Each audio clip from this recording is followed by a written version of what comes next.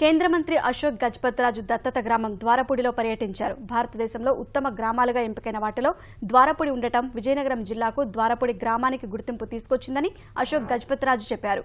చిట్టి గురువులుగా పేరొందిన విద్యార్థులతో మాట్లాడిన మంత్రి గ్రామంలో విద్యార్థులు చేసిన కృషిని అడిగి తెలుసుకుని ఆనంద భాష్పాలు పెట్టారు.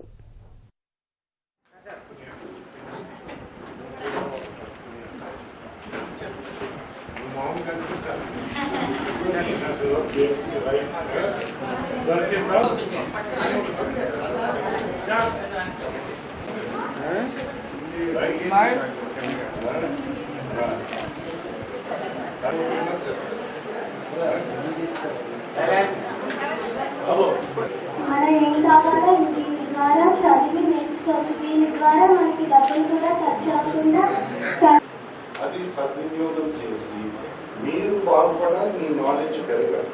అంటే కాదు, ప్రపంచం అంతా చూస్తారు. ఇంతవరకు దేశంలో చూసారు ద్వారపూడిలో ఏం చేస్తారు. మీరు చిట్టి గురువులు దేశానికి మార్గదర్శి అయ్యారు. ఇప్పుడు మీరు ప్రపంచానికి మార్గదర్శి అయ్యే పరిస్థితి తీసుకురావాలి. అది మీరు చేస్తారా?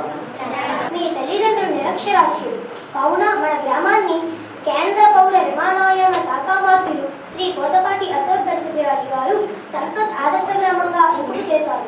మన గ్రామంలో నిరక్షరాస్యులు ఉండకూడదు. వారికి కొన్ని మంచి విషయాలు చెప్పి వారిని సమాధానపరిచి వారికి నేర్పేవారు. దీని గురించి అశోక్ గారి ద్వారా మన ప్రధానమంత్రి శ్రీ నరేంద్ర మోదీ గారు తెలుసుకొని మన్ కీ బాత్ అంటే మనసులో ఉండే మాట అనే కార్యక్రమంలో చెప్పడం చాలా ఆనందంగా ఉంది.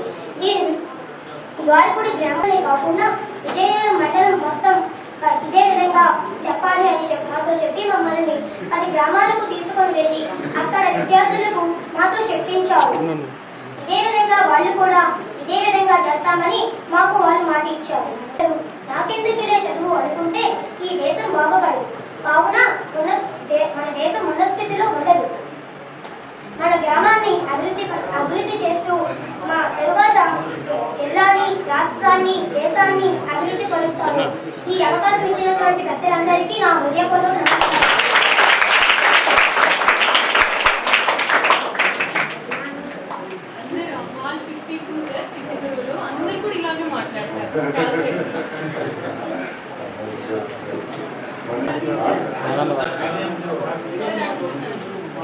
కూడా ఇలా చేస్తున్నారు.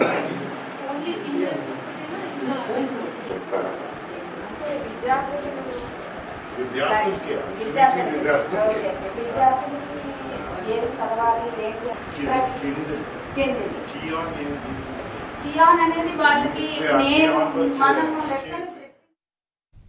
కేంద్ర మంత్రి అశోక్ గజపతిరాజు దత్తత గ్రామం ద్వారపూడిలో పర్యటించారు. భారతదేశంలో ఉత్తమ గ్రామాలుగా ఎంపికైన వాటిలో ద్వారపూడి ఉండటం విజయనగరం జిల్లాకు ద్వారపూడి గ్రామానికి గుర్తింపు తీసుకొచ్చిందని అశోక్ గజపతిరాజు చెప్పారు. చిట్టి గురువులుగా పేరొందిన విద్యార్థులతో మాట్లాడిన మంత్రి గ్రామంలో విద్యార్థులు చేసిన కృషిని అడిగి తెలుసుకుని ఆనంద భాష్పాలు పెట్టారు.